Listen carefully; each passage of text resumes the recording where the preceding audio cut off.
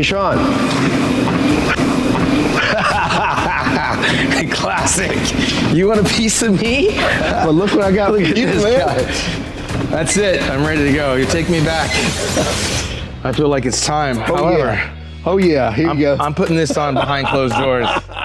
My shirt's going on in the bathroom. I hope this fits. Is this a double X? It's on.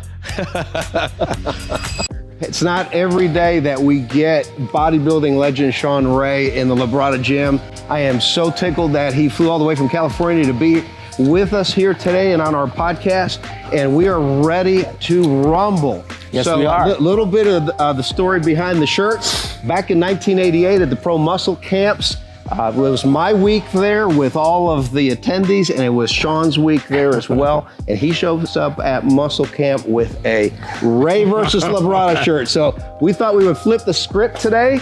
I came out with my Labrada versus Ray. Masters version. Yeah, I got him the Ray versus Labrada, and we're gonna hit the gym here. All right, guys, follow us. Learning from the legend himself.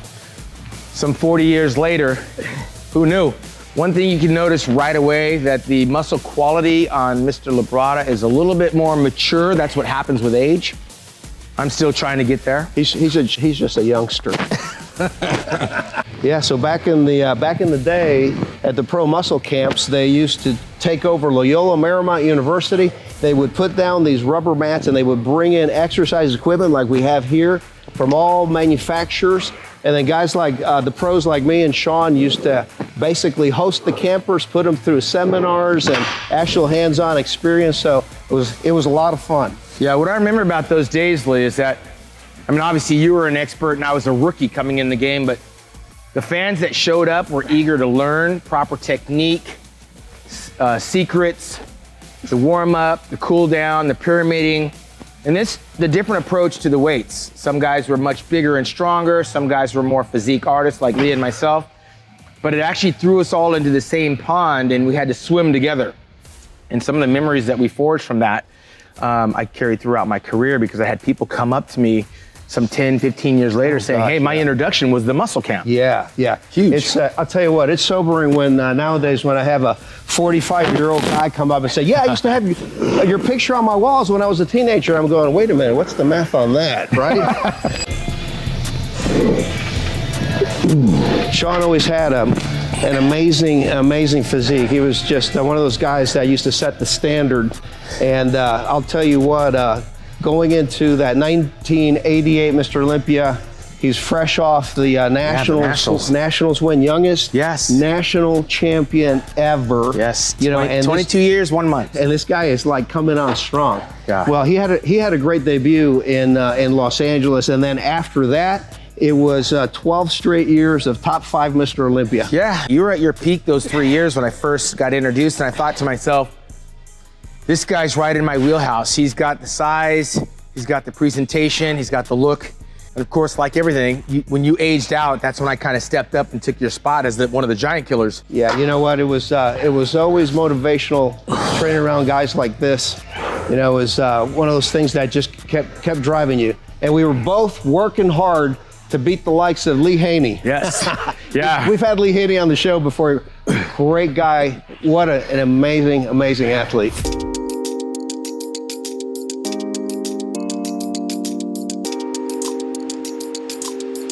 Sometimes you don't know where you're gonna go until somebody actually breaks the glass ceiling. And that's exactly right. You know, Labrada came right behind Muhammad McCoway, who opened that door. And prior to that, we had Chris Dickerson in 1982 win the Olympia, and Franco Colombo in 1981. So I thought I was in good company coming up with the shorter guys.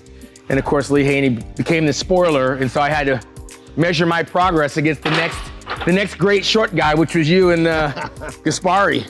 Well, Shawn was one of those guys that really paid attention to posing, you know, which I think is a lost art. And in Shawn's own words, a lost art. Yes. Also, one of those things that really needs to come back to modern bodybuilding. And, you know, we're hoping to see guys put more time into their presentation. You know, certainly the guys back in the 80s and 90s did. Yeah, I mean, the look is everything. This is all we have on YouTube now, is to go back and look at those routines. And I think some of the guys today, when they go back 10, 20 years like we have, and they look at what they did, they wish they had a do-over. They wish they put a little bit more time and effort. Because I can watch the guys from the 80s and the 90s timelessly. You know, the performance is all you have. That's it. That's your signature. Captured on film, you know, because back in our heyday, we're in our 20s and 30s. You know, now we're approaching our sixth decade. Yes. And so now you look back and you go, okay, well, this was captured on film, and this is something that it can inspire generations to come. You know, that's why I always did my posing to classical music and things that weren't from that time period specifically, so that I didn't date the. Oh yeah, I remember the Matador movements and stuff. Those movements you did were iconic because you just, first of all, you couldn't tell how tall you were or how big you were, but the flexibility in your routines, it was on a different level. Because you see the guys, the bigger they get, the less they move around, the less lunges that they get into, the less artistry that they displayed. And your signature was moving from one pose to the next, which I bit off of you. And I know we had some guys before us. Yeah, like Ed Corney, Muhammad McAway. Well, John Brown told me something profound. He introduced me to bodybuilding. He said, it's not how you look that they're gonna remember. It's how you make them feel. Yes. And yeah, winning is everything, but if you can move the audience, they'll never forget you. One of the main compliments I get was exactly what I was striving for, was how I made them feel. Yep. Yeah, you got to make them feel something. Exactly, baby. All right, man. I'm following you. All right, let's go do some triceps here.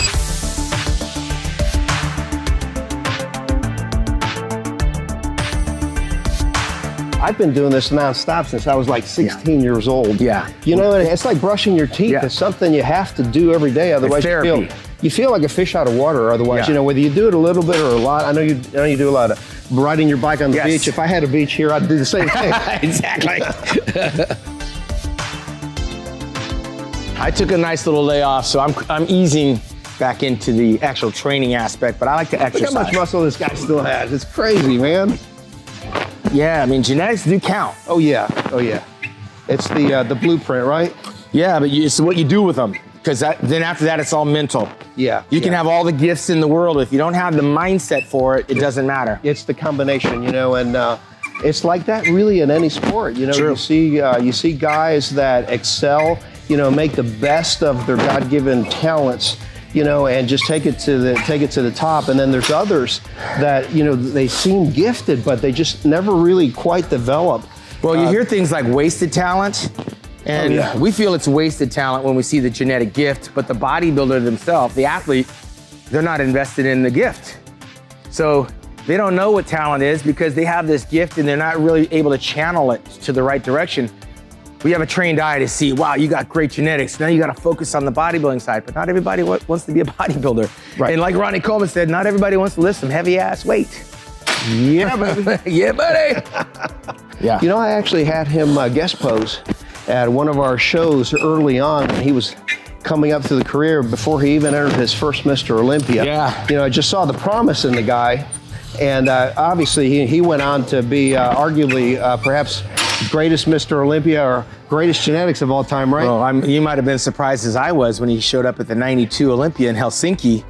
He came up with Vicky Gates and I thought, what are you doing here? I forgot that he had earned his pro card by winning like the universe. One of those universe titles qualified him. That's right. And I did not have an idea that he was going to be competing. He got dead last. Yeah, well, and you know, to his credit, he didn't give up. Yeah. You know, he just kept getting better and better and better and eventually won the thing, you know? Now, Shawn, I got to ask you something, man, because I remember what it was like for me the first time I stepped on that Mr. Olympia stage.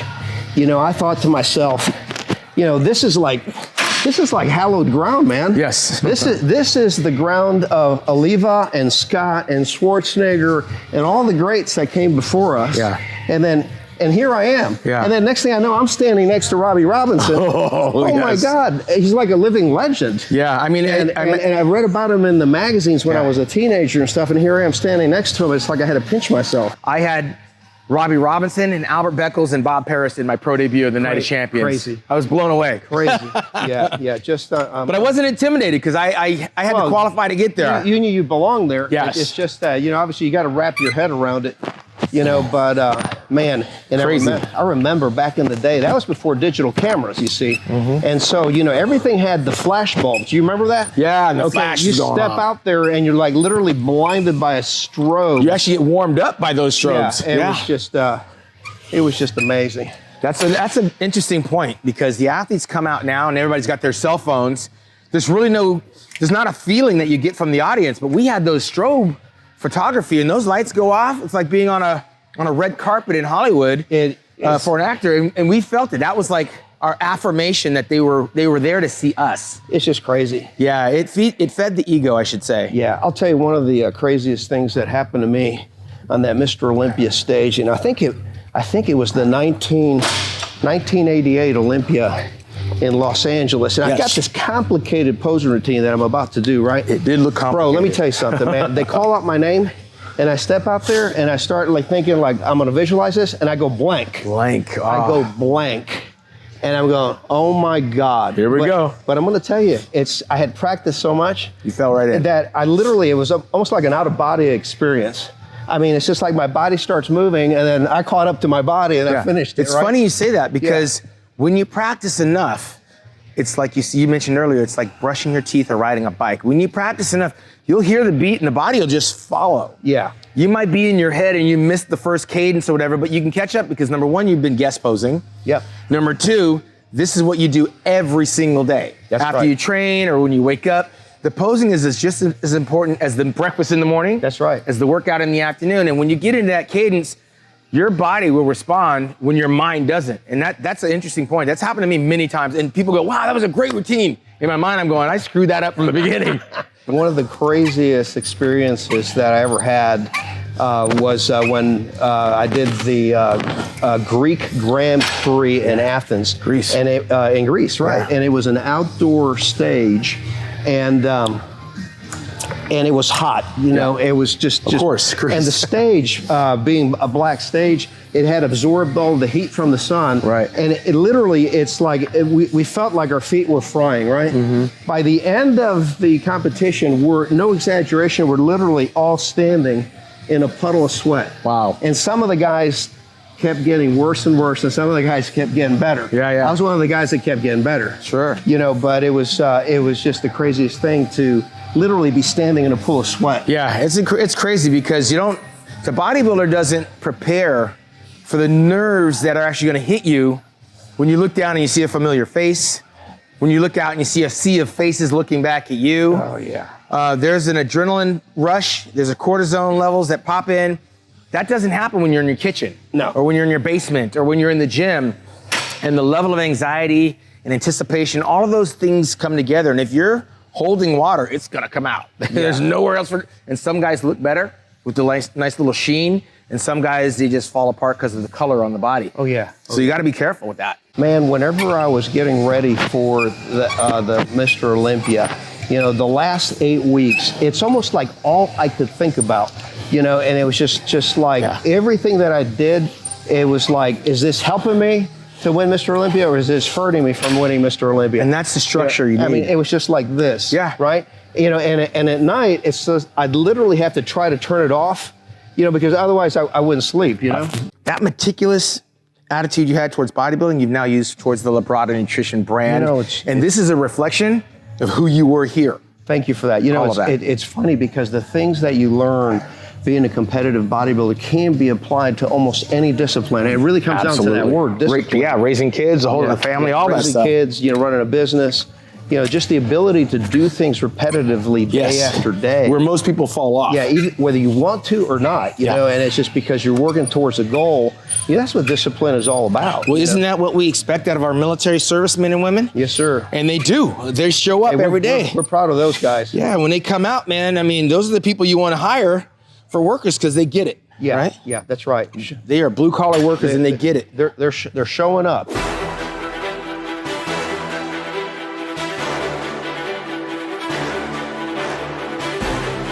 Did you used to get out in the sun all the time and tan? Okay. Chris Dickerson, 1984. Yeah. He'd won the Olympia 2 years prior. What a great athlete. Yes, he would drive 2.5 hours from Venice Beach to Palm Springs at the behest of Frank Zane and some other guys that were out there just to get an hour of sun. The sun would pull out the water, give them a nice golden brown tan. Before that, they didn't have the Pro Tan, the coloring agents. Right. That came along in 1987, the year I won. Right, the Pro Tan, right? Yes, and I met the owner at the Nationals. Right. That was the first time I wore it. Right. But I already had a 5-week base tan getting color. Half hour on the front, half hour on the back. When I applied the paint, Yeah. it absorbed into my skin with the natural tan. So it was always recommended to tan first. You always had a great color. Thank you. You know, and I'm a believer in getting some sun also. Base, yeah. You know, as a base tan before you put the the coloring agent on, the Pro Tan and that kind of a thing. I think that it always works better. It always worked. It served you well. With your Cuban descent, you already had a nice little tan on it. I always used to. I had no problem getting a tan. You know, so knock on wood. Don't know what happened to Hunter. Yeah, he got my very fair, right? He got my wife's genes. Yeah, there it is. But I'll tell you what, you cannot gloss over the color of your skin when you go up, and that goes all the way down to Robbie Robinson. Robbie Robinson, without a little bit of tanning on it, it's like the wax on a car. You can have a Ferrari and it looks badass, but when you shine that sucker up with wax, it sparkles. Yeah, and deep color. I was with Robbie one time, he was guest posing, and he didn't put the oil on his skin. Really? And he went out there and without the lights it was a different body altogether. Right. The oil made all the difference in the world. And then I saw him competing at the Arnold Classic, and he had a little bit of color on, which was strange because in person, close to close, it looked like a weird look because he's super dark. Right. But when he got on stage, put the oil on, he just new money. He just glowed. Yeah. Sparkled. It's interesting. You know, you bring up a good point. You know, it really falls under the umbrella of paying attention to details. You know, we talked about posing, we talked about tanning, skin color.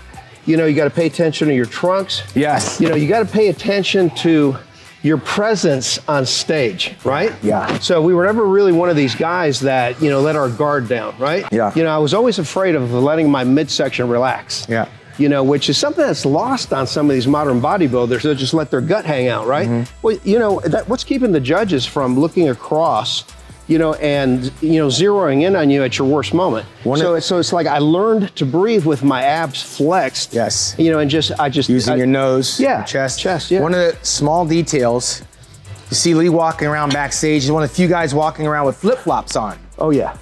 I was walking around barefoot, but of course my feet is picking up all the dirt off the floor. So when I'm up there and I'm hitting my back shot, I got my calf shot going up, my foot's up in the air. You're looking at a nice dirty foot. Whereas Lee's was like nice and clean and pristine. Little small details. You're walking around backstage, you can step on a tack, step on a nail, anything can happen. If that happens right at the Olympia, you're screwed. You got blood coming out of your foot.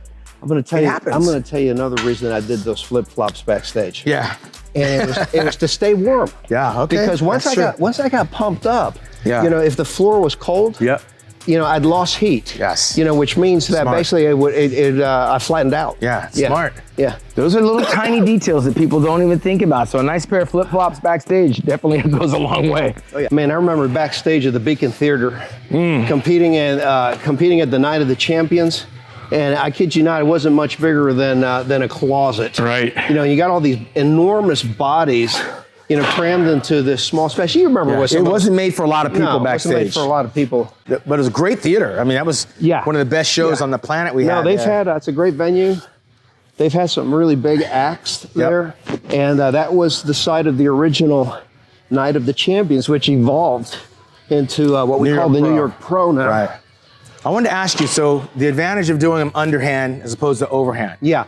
I've always liked them because I feel that they put the upper arm bone into a position where I can really get a really nice pull into the lat. Yeah. Versus out here, it seems to work my upper back more. Yeah. So do you feel it in the middle back in here? I feel it right in here. Right. Yeah. And this one's a little bit more out. Yeah. Okay. Yeah. You know who was really big on the underhanded was Mike Menser and even Dorian. And Dorian, yeah.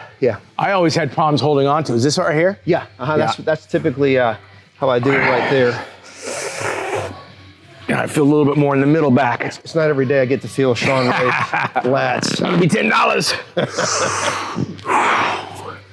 There you go, buddy. Were you big on getting massage therapy at all during your career? I would get massage once a week. Yeah. You know, and I know guys that do it more often than that. I think that it's necessary if you're competing, you know, at our level. I loved it. It was a great way to break up that tissue and lactic acid. Oh yeah. And my recovery time was so much more. It wasn't nothing lengthy. 20 minutes. Yep. Just to loosen up. Yeah. It's awesome.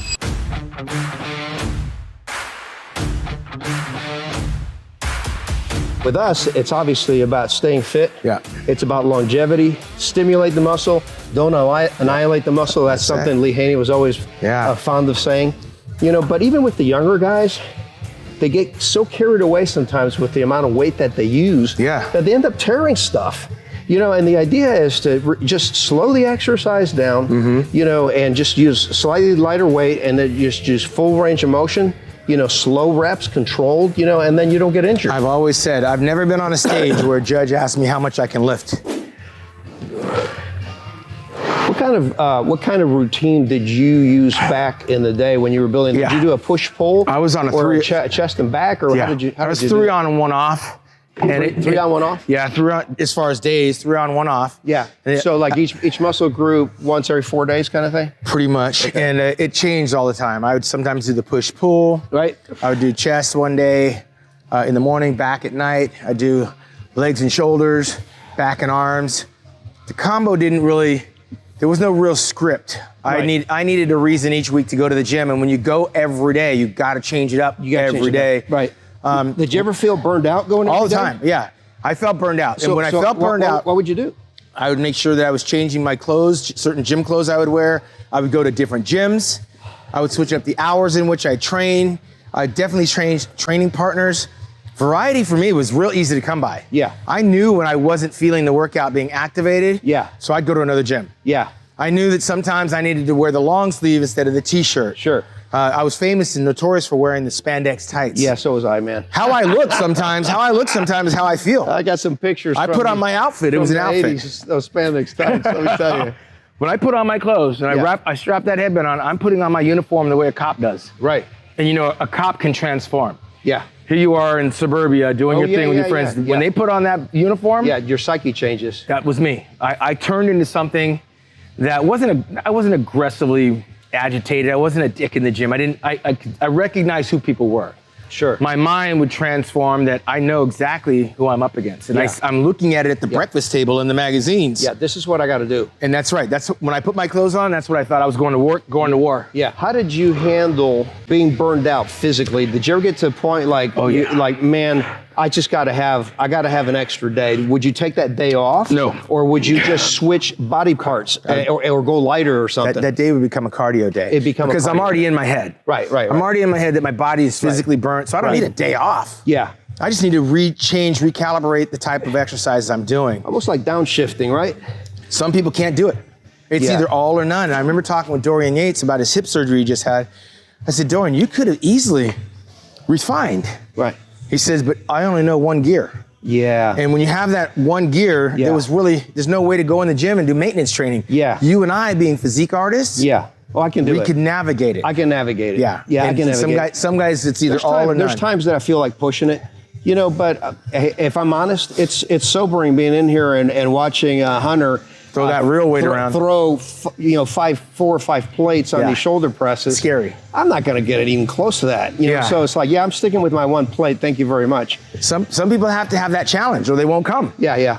It's all or none. And you know, I think back in the day that served us, you know, that one speed mentality. Yeah. You know, but you know, I think as we get older, as athletes, what we want to do is be the best that we can be. That's it. At each stage. Yeah. You know, so you have to adjust, you know, to some of the limitations of the body. That doesn't mean that you put limitations on your body. You know, but if you get on an exercise, say I get on this exercise here, and my shoulder joint hurts, I'm not going to do this. It's going to make it worse. Yeah, it's going to make it worse. I'm going to go do something else. So you came to a point in your training, back when you're competing, where you got away from, hey, I'm just going to go all out with the heavy weights trying to put on size. That was in the beginning. You shifted to, I'm going to refine what I got. So that's like an artist, right? The painting is done. I just got to fine tune. I got to change my brushes. I got to change my colors, smooth things out, and pay attention to the other areas where I think he might be slipping. Yeah, well, I want to tell you, because I've studied your pictures, you know, through your career, as you got towards the latter part of your career, your quality just exploded. Yeah. And that happens with age too, maturity was settling in. But I also think that the type of training was changing. The reps, the squeezing, the flexing, the isometric, and not trying to throw around that youthful weight. Yeah. Where when I was younger, I wouldn't think about it getting injured. As I got older, it was like, that could maybe do some damage. Yeah, you know, one of the things that these guys have to be really careful with, you know, with their upcoming competitions, is not to use excessively heavy weights prior to the show. So if you're 6 weeks out from a big show, you know how low your body fat is, right? You know, you're at a disadvantage 100%. there, you know, and if you're trying to push around weights that you do in the off season, you're setting yourself up for an injury. We've seen it happen. Yeah, that's exactly right. It didn't happen to me. I wasn't gonna let it happen. Where are we going? All right, let's go over here.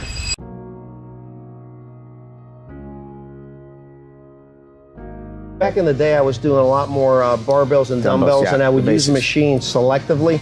But if truth be told, the last few years, I've been using a lot more machines. Of course, now. And the machines have gotten a lot better. Yeah. You know, but I like the control that the machines give me. Yeah. You know, that's not to say I won't do barbells and dumbbells. Yeah. There's a lot to be said for doing those, because you have to develop all of the, you know, the support muscles that, you know, help to balance it and, you know, and finish the movement and that type of thing. Yeah, you know, absolutely. But there's a lot to be said for the safety of the machines, and again, the feel is so nice. Give you an example, like on this Prime machine here, you can adjust the cam, you know, which changes the force curve so that, you know, you get more tension at the bottom or the top, that kind of thing.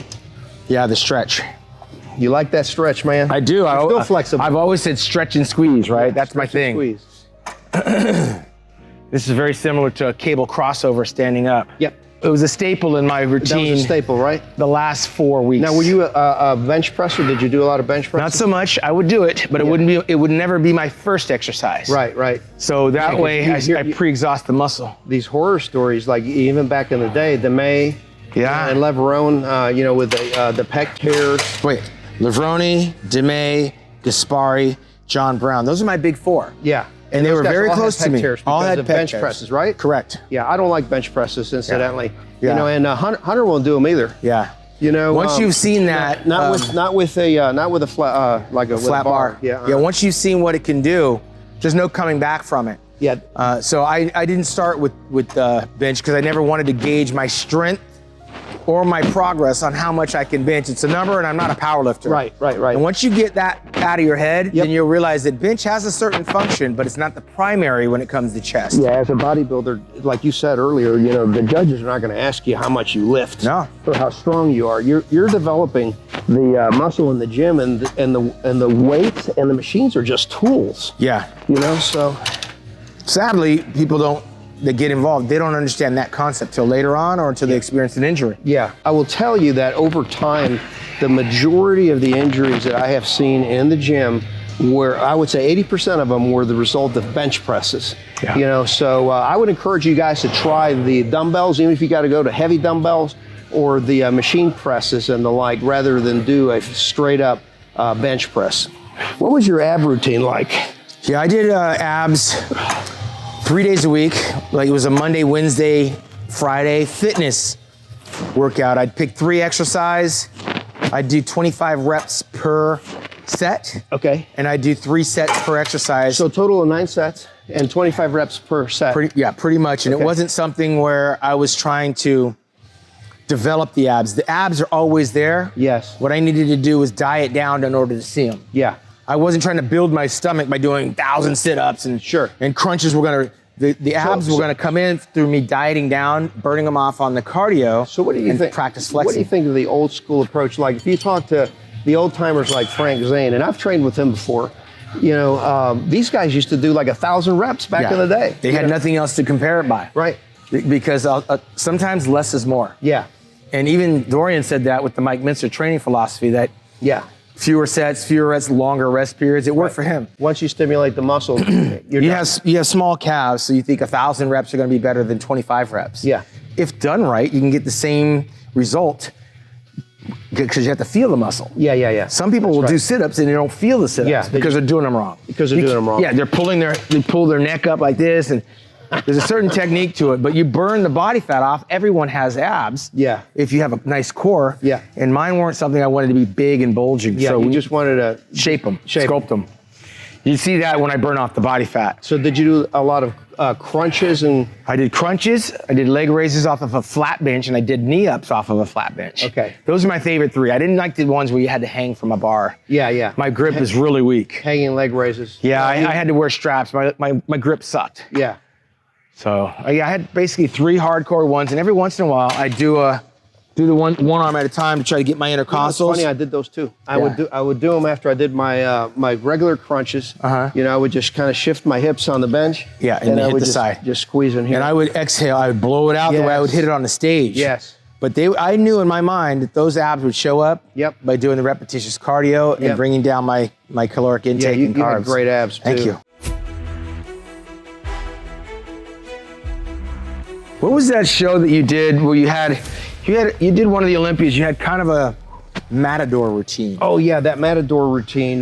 You know, I actually worked with a Spanish dancer when I was in Spain visiting Rafael Santoja. Yeah, so was that the 89? I don't know. So that would have been, I want to say that might have been 91. 91, okay, yeah. Yeah. That was nice. Yeah, that was elegant. I'm gonna say elegant. You don't ever hear that word when it comes to posing. Thank you. Well, that was my most complicated routine ever. Yeah. You know, in terms of timing. I could see that. Yeah. I can appreciate it. It was definitely something that stretched me in terms of capability. I really had to practice that one hard. Yeah.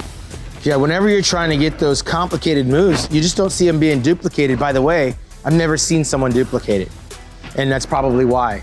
It's a very difficult routine. You know, it's interesting because I had Terrence Ruffin. Yes, Terrence Ruffin. Yeah, here, fantastic classical physique and poser. His posing is amazing, right? Oh yeah. And so I had him in here, and he trains in here sometimes. And you know, we were talking about that routine, and you know, we were just kind of going through some of the you know, the movements and that kind of thing, and I couldn't do it. It's like, you know, it's been 30 plus years. You know, it's like it's not something that I practice every day. I could knock the rust off and get it back.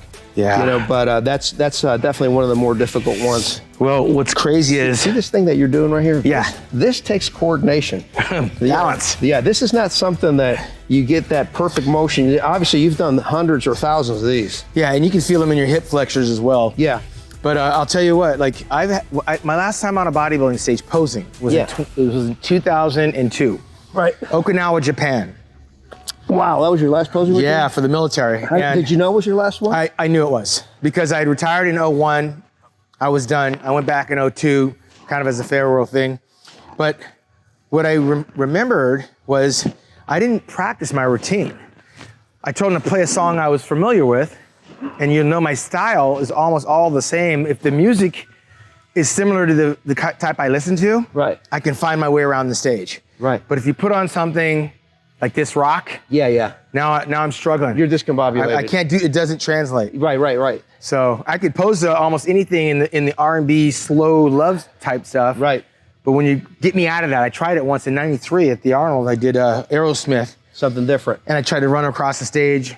Just you didn't feel it. It didn't feel it. It felt forced. It felt fake. It wasn't very authentic. You know, you got to feel it, man. And when it comes to posing, you know, you got to pick something that resonates with you, with your spirit, with you. Yeah. You know, that's part of being an artist, right? Yeah. You know, and that's just part of your thing. You know, and part of your persona, and that should come out in the posing. 100%. You know, you remember when Vince Taylor did the Terminator pose? Yes. You know, that robotic looking thing? I think our names were in the routine in '91.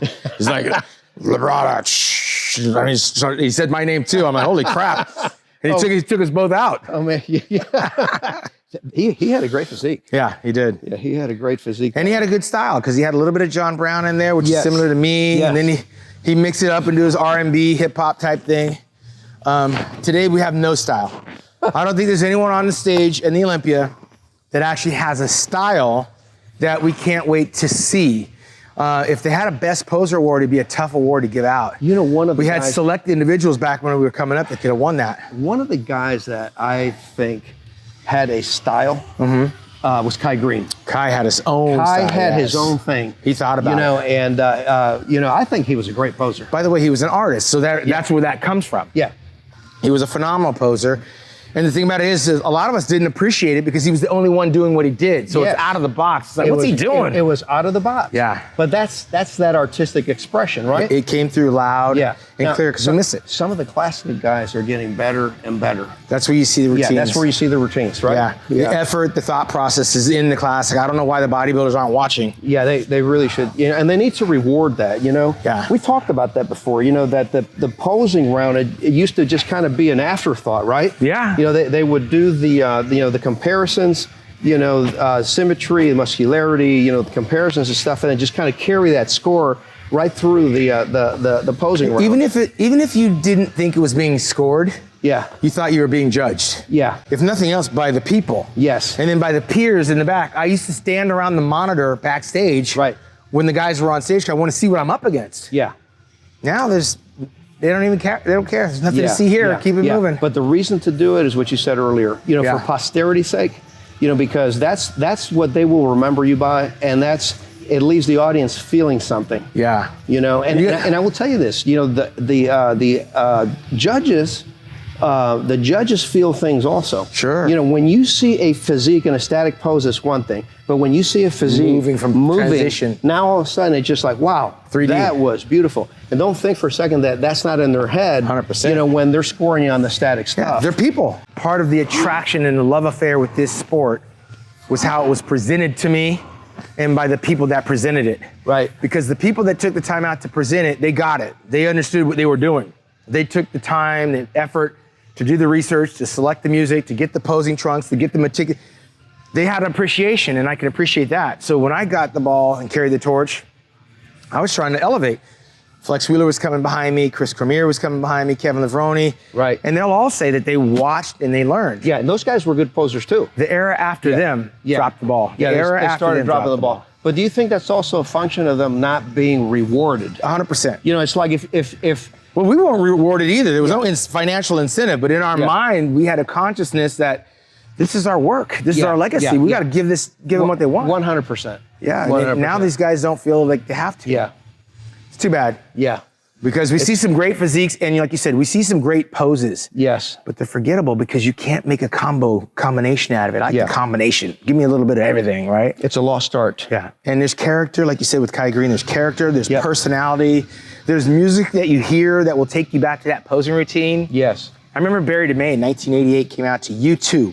Yes. U2 was like at the top of their game, and he came out and he's transitioned from one music to the U2 came in, and it was just a great transition. Yes. I'm like, every time I hear the U2, Barry DeMay comes to mind. Yeah. That's crazy. Yeah, he's still in really good shape. Yeah. And that's the thing about that era. Most of the guys hung on to that shape. They're still doing the business. Well, this was a good fitness routine today. I'm glad I don't have to pose. Because, I got flexibility. It doesn't look the same. This guy still has the moves. Don't let him kid you.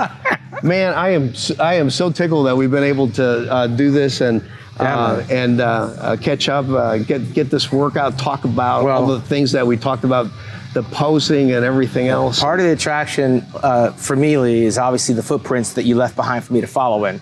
And I've never been able to really give you your props in person. Well, thank you. Because you were over there and I was over here. You're a little bit older than I was. You're raising a family and I'm trying to do my thing. But seeing your son carry the Labrada name back to the Olympia stage is only, I think, did Sergio Oliva Jr. get up there one time? Yeah, Sergio Oliva Jr. got up there one time. And you guys. And us, that's multiple times. Yeah, father-son team. I don't know that we're going to see that anytime soon again. Well, I really appreciate that. I was telling Hunter the other day, hey, you realize that between you and I, we have 12 top 8 finishes. Yeah, that is. Yeah, now this guy himself got 12 top 5 finishes. But nonetheless, you got another guy carrying it. But that father-son duo, it's really the first time in bodybuilding history. And I got to tell you, for me as a father, it's almost surreal. I can only imagine. It's almost like the second bite of the apple. And, seeing the whole thing happen again. Yeah. So and he's representing well, man. And the thing about your career as a Hall of Fame bodybuilder is that post bodybuilding, it's a reflection of what you did on the stage, and it's generational. And that's where you set yourself apart from literally every other person in the industry. I got mad respect for Lee Haney and what Kevin Levroni's doing, and of course what our boy Rich Gaspari. Some guys have done some very amazing guys, incredible stuff, but what you've done is on a whole nother level. Thank you. And it's nothing short of who you were coming into the business. You came in and hit the ground running. You got what, your pro card in 85? I got my pro card in 85. Yeah, I'll remind you of your career. Yeah. You got it in 85. It took you all around the world. Yep. You had 3 kids. Yep. You guys, you snow ski, you vacation. We do. We're an athletic family. Let me finish blowing your horn. You got job opportunities for people that otherwise wouldn't have the jobs. You're just as ambitious in that office, man, as you were in this gym, and your physique is a reflection. Thank you, brother. Of the reason of your success. Like, some people could retire and be done with it, and that's it. But you look like you could be on stage tomorrow. Well, thank you for that. I appreciate that, especially coming from you, champ. And I'm not the only one that notices. Trust me. I'm grateful to God for the opportunity that He's given us, and really what it's about, at this point is just inspiring others and helping others, and just making an impact, right? Yeah, and you are, and you're doing it. And again, I'm following your footsteps, man. I'm learning every day from this guy. One of the best to ever do it, right here. Thank you, man. I appreciate it. Likewise. Appreciate you. Love you, man. All right. All right, guys. Hey, so this has been a really, really special time with the champ, Shawn Ray. Just super excited. See, he's already posing. Here comes the post down. This is the pose. This is what they want. Let's give them what they want, right? I still got some muscle memory here. Bam, the flow is still there, baby. The flow is there. That's right. That's right, man. So I hope you guys enjoyed it today, and be sure to check out Shawn Ray. Where can they find you? At Shawn Ray, IFBB Pro on Instagram. On Instagram. All right. All right, you guys. We'll catch you next time. Take care.